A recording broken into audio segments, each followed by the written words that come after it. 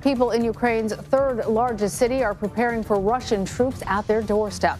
Across the country, Ukrainian officials worry that the Kremlin could order the use of banned chemical weapons against civilians.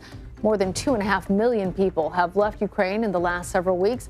Many of those who remain are holed up in shelters as Russia claims more territory. Oleksandra Matviichuk joins us now from Kyiv. She is a human rights lawyer and head of the Center for Civil Liberties in Ukraine. Oleksandra, thank you so much for being with us. Tell us, how are conditions where you are right now? I'm in Kyiv, and every second resident left the city. All of us who remains found their own places and to be useful and provide their own input into general resistance. Russian troops for several days tried to circle Kyiv and are preparing for a massive attack. We are ready. Tell us what everyday life is like now. Do you have enough food, supplies, things that you need? What does life look like in the middle of a war? It's very depends what people are doing, because for myself, I'm working as in Euromaidan SOS initiative and have no time to go to street and look how the cities looks like. Yes, we have food, water, and there is no complaints.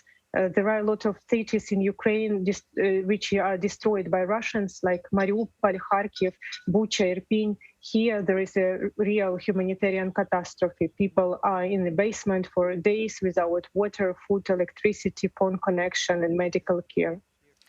What about your family? Are they still in the country? My mother is abroad. I lost my connection with father long days ago. He now on a territory which are under Russian occupation. They destroyed everything on that territory. I hope that he is alive. So you actually haven't heard from your father in several days and have no idea about his condition? No. Yes. My husband in Kyiv, but we split because we work on different directions.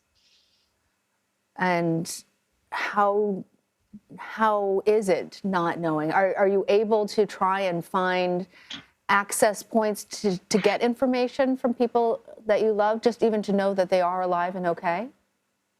It's impossible for current moment. I try not to concentrate on my personal feelings, emotions. We have no time for it because there are a lot of things which has to be done. I understand. I'm sorry to discuss things that are so difficult. You have been documenting what Russia's been doing since it invaded Crimea in 2014. Tell us what's changed with this new invasion. This is a large-scale invasion, which Russians start on 4 directions parallel. And during Donbass, there is a huge the same thing that they use war crimes, the tool of conducting this war. But there is a huge difference, because in 2014, when they started attack Ukraine, we were after revolution of dignity, and our state authorities were in stagnation, and we really don't understand that the war started. I remind you that when the first unidentified soldiers appeared in Crimea, Putin refused that it was Russian soldiers. Now we understand that our enemy who tried to destroy our country and stop our democratic transformation is Russia, and people are resist. Not only Ukrainian armed forces, the whole family joined to territorial defense. And now even in occupied cities like Kherson, Melitopol, today is going a massive peaceful relay. People with the Ukrainian flag, unarmed, went to the central square faced with Russian soldiers and Russian military techniques and said to them, go away, Melitopol is Ukraine, Kherson is Ukraine, etc. Do you have any doubt that the Russian military is intentionally targeting civilians? And do you believe that if that is the case, that those orders are coming from the highest levels of the Russian military? Yes, I totally believe that it's intent of Putin and his surrounding, and we have even very understandable argument why it's so.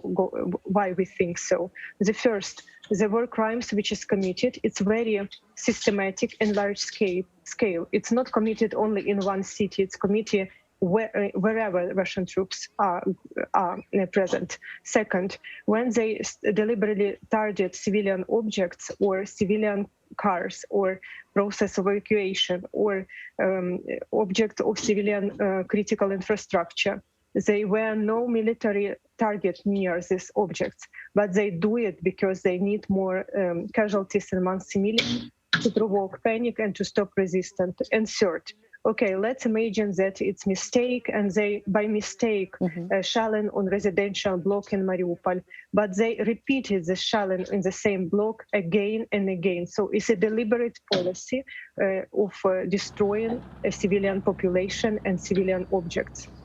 Oleksandra, finally, what do you want to tell the United States and our allies?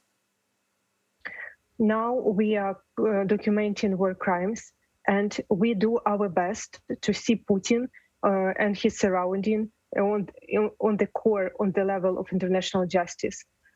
Putin do this now with Ukraine because he was unpunished for everything which Russia do in Chechnya, with Russia doing Transnistria, Abkhazia, Ossetia, Syria, where Russia used chemical weapon against civilians, etc.